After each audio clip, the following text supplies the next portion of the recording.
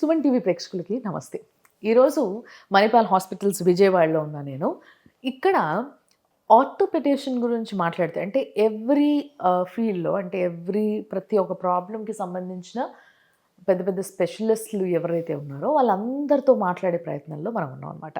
So ఇక్కడ మనకి చాలా అద్భుతమైన ఆర్థోపెడిషన్ ఉన్నారు. చాలా సీనియర్ డాక్టరు అండ్ ఎంతోమంది ఇక్కడికొచ్చి వాళ్ళకి సంబంధించిన ఏవైతే ఇష్యూస్ ఉన్నాయో అంటే ఈ బొక్కలకి, జాయింట్స్‌కి సంబంధించిన ఏ ప్రాబ్లమ్స్ ఉన్నా కూడా this is the best place అని ఆయన అంటున్నారు. అందుకోసమే ఆయనతోనే మాట్లాడబోతున్నాం. హీ ఈస్ డాక్టర్ జీవి రెడ్డి గారు.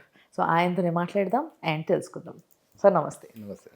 ఆర్థోపెడిక్ సమస్యలు ఈ మధ్య ఓవర్ వెయిట్ వల్ల బాగా పెరిగిపోయాయి సార్. అది నిజంగా చెప్పాలంటే ఏజ్తో సంబంధం లేకుండా ఇంతకుముందు ఓన్లీ ముసలి వాళ్ళకి పెద్ద ఏజ్ వచ్చిన తర్వాత కీళ్ళ నొప్పులను, అరిగిపోయాయను ఇలాంటివి వినేవాళ్ళు. బట్ ఇప్పుడు ప్రెగ్నెన్సీలో కూడా one of my friend is suffering from some kind of arthritis. అది ప్రెగ్నెన్సీలో వచ్చింది, పోవట్లేదు. సో ఇట్లా రకరకాలు వింటుంటే అయితే ఇవి కూడా దీనికి కూడా అసలు ఏజ్ అంటూ ఏం లేదన్నమాట. బాడీ భూమి మీద పడి ఎన్ని సంవత్సరాలు అయింది అనేది ఇంకేం లేదు, ఎవ్రీథింగ్ ఇస్ సేమ్ అన్న ఫీలింగ్ వచ్చేసింది. సో బేసిక్గా ఈ ఆర్థరైటిస్లో ఎన్ని రకాలు ఉంటాయి సార్? ఆర్థరైటిస్ అనేది బేసిక్గా మీరు చెప్పినట్టు ఇంతకుముందు ఓల్డ్ ఏజ్లో వచ్చేది, ఎక్కువగా మనం చూసేవాళ్ళం. యంగ్ ఏజ్లో కూడా వచ్చేది కానీ ఓల్డ్ ఏజ్లో ఎక్కువ వచ్చేది. ఈ ఆర్థరైటిస్ని రకరకాలుగా చెప్పాలంటే ఫస్ట్ ఇది ఆస్టియోఆర్థరైటిస్. ఇది మనం కామన్గా చూసేది. దీంట్లో రెండు రకాలు ఉంటాయి.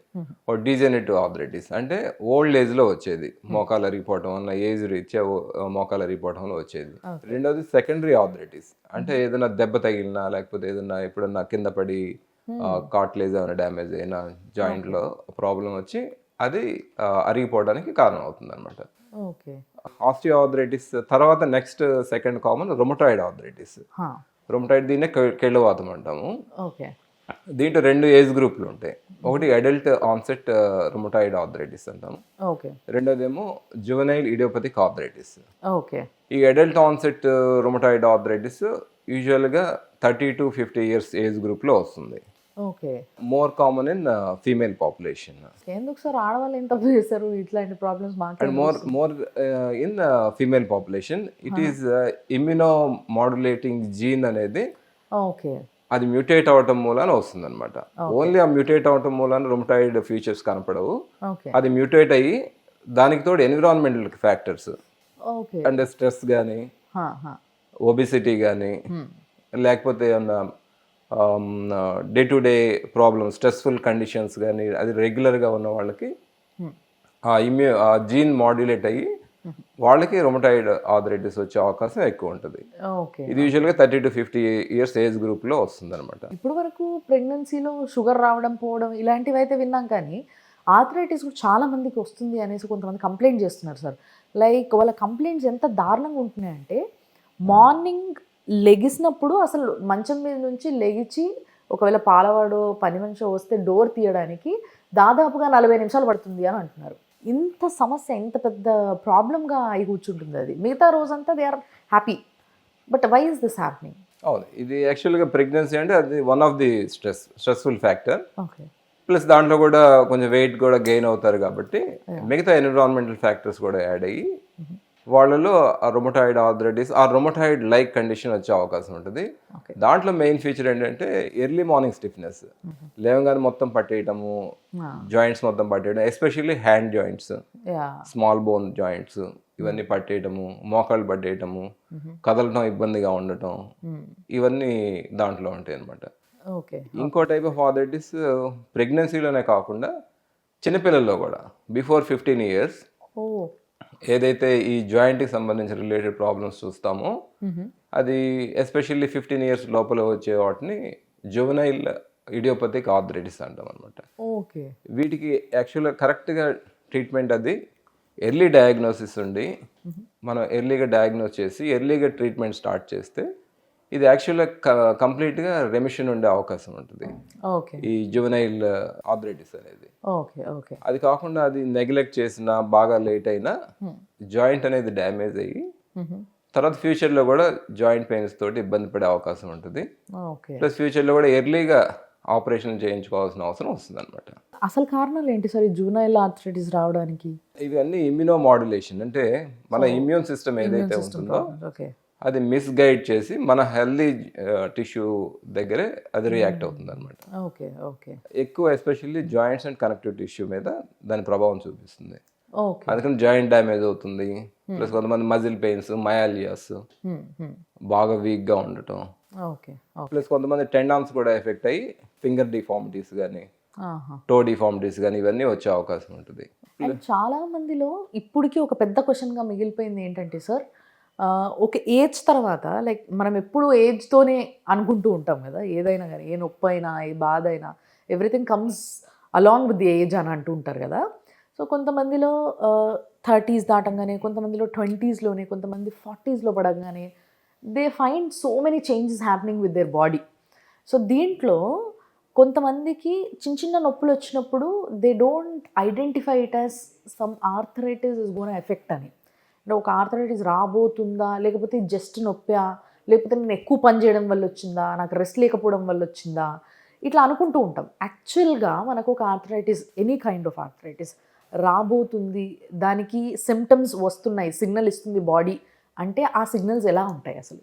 ఫస్ట్ మనకి బాగా నీరసంగా ఉండటం, బాగా మజిల్ వీక్నెస్ ఉండటం, బాగా స్టిఫ్గా బాడీ అంత స్టిఫ్గా అయిపోయినట్టు ఉండటం, తొందరగా అలసట రావటము, ప్లస్ ఆకలి వేయకపోవటం, సరిగా నిద్ర పట్టకపోవటం, ప్లస్ జాయింట్లో కొంచెం వాపులాగా రావటము, జాయింట్ పట్టేసినట్టు ఉండటం, ఏదైనా చిన్న పని చేయాలన్నా ఇబ్బందిలాగా స్టార్ట్ అవటము, కొంచెం ఒక కైండ్ ఆఫ్ ఇన్కన్వీనియన్స్ ఫీల్ అవుతాం అనమాట. That is the early sign, either for rheumatoid or osteoarthritis. దేనికైనా అది early sign. And which is the most serious condition అంటే ఏం చెప్తారు ఈ ఆర్థోపెడిక్ ప్రాబ్లమ్స్లో, ఇష్యూస్లో? ఎస్పెషల్లీ జాయింట్కి సంబంధించి అయితే రొమటాయిడ్లోనే ప్లస్ పాలిఆర్థ్రాలజియా, ఎక్కువ జాయింట్స్ ఇన్వాల్వ్ అయిన వాళ్ళకి, ప్లస్ తక్కువ ఏజ్లో ఎఫెక్ట్ అయిన వాళ్ళు, అరౌండ్ 30 ఆర్ బిలో 30 ఎఫెక్ట్ అయిన వాళ్ళకి సీరియస్ కాన్సిక్వెన్సెస్ ఉండే అవకాశం ఉంటుంది. ప్లస్ వాళ్ళకి జాయింట్ డిఫార్మిటీస్ కానీ, లేదా ఫ్యూచర్లో జాయింట్కి సంబంధించి ఆపరేషన్ చేయించుకోవాల్సిన అవసరం కానీ ఎర్లీగా వచ్చే అవకాశం ఉంటుంది. మిగతావి ఏదైతే మోనో ఆర్టిక్యులర్ అంటే సింగిల్ జాయింట్ ఎఫెక్ట్ అయినా, లేకపోతే ఎక్కువ వయసులో వచ్చినా కూడా రొమటాయిడ్ ఆర్థరైటిస్ అనేది సర్జరీ దాకా వెళ్ళాల్సిన అవసరం రాకపోవచ్చు, ఆ మెడికేషన్కి తగ్గే అవకాశం ఉంటుంది. సో బట్ మనం చాలా మందిని చూస్తాం సార్, ఒక్కసారి ఒక ఏజ్ వచ్చిన వాళ్ళు అయినా కానీ ఎవరైనా ఏదైనా నొప్పి, ఫర్ ఎగ్జాంపుల్ మోకాలు నొప్పి, వీళ్ళు ఏదేదో రుద్దేస్తూ ఉంటారు దానికి, రకరకాల క్రీమ్స్, ఆయింట్మెంట్స్, ట్యాబ్లెట్స్. అసలు ఈ మధ్య ఇంకా మెడికల్ ఫీల్డ్లో చాలా రకాలు ఏవేవైతే ఉన్నాయో అన్ని రకాల ట్యాబ్లెట్స్ వాడేయడము, దీనివల్ల కొంచెం రిలీఫ్ వచ్చింది అని చెప్పి పెయిన్ కిల్లర్స్ వేసేసుకోవడము, ఇలాంటివి మనం ఎన్నో చూస్తున్నాం. బట్ ఇది చాలా లాంగ్ ప్రాసెస్, చాలా రోజులు మనల్ని పట్టుకొని పీడిస్తూ ఉంటుంది ఈ ప్రాబ్లం. సో ఇలాంటి ప్రాబ్లంకి ఎండ్ ఉందా లేదా అంటే ఏం చెప్తారు? అసలు ఎనీ సొల్యూషన్ ఏదైనా? డెఫినెట్గా అండి. ఈ ఎర్లీ సైన్స్ ఎప్పుడైతే కనపడినాయో అప్పటి నుంచి మనం మెడికల్ షాప్లో మందులు తీసేసుకోనో, లేకపోతే మనకు తెలిసిన మందులు వాడేసో అట్లా చేయకుండా ఎర్లీగా డాక్టర్ని కన్సల్ట్ అయ్యి అది కరెక్ట్గా దాంట్లో ఫిట్ అవుతుందా లేదా, ఆ ఆర్థరైటిక్ కండిషన్స్లో ఫిట్ అవుతుందా లేదా చూసుకొని దానికి సంబంధించిన మందులు స్టార్ట్ చేయాలి. దీనికి చాలా రకాలైన మందులు ఉన్నాయి. అంటే కొంతమంది వెళ్ళిన తర్వాత సర్జరీ అంటారేమో అని భయపడతారు. యాక్చువల్గా వచ్చిన 100 కేసుల్లో 95 కేసులు సర్జరీ అవసరం ఉండదు. అనే విత్ మెడిసిన్స్ కానీ, లేకపోతే కొన్ని రకాలైన ఇంజెక్షన్స్ ఉన్నాయి. ఇప్పుడు మోస్ట్ కామన్గా మనం యూజ్ చేసేది పిఆర్పి ఇంజెక్షన్స్ ఉన్నాయి, లేదా plasma therapy, stem cells injections ఉన్నాయి, ప్లస్ కొంతమందికి న్యూట్రిషనల్ సప్లిమెంట్స్. వీటన్నిటికన్నా ముందే మనం యాక్చువల్ పేషెంట్ కౌన్సిలింగ్ అది ఇవ్వాలి.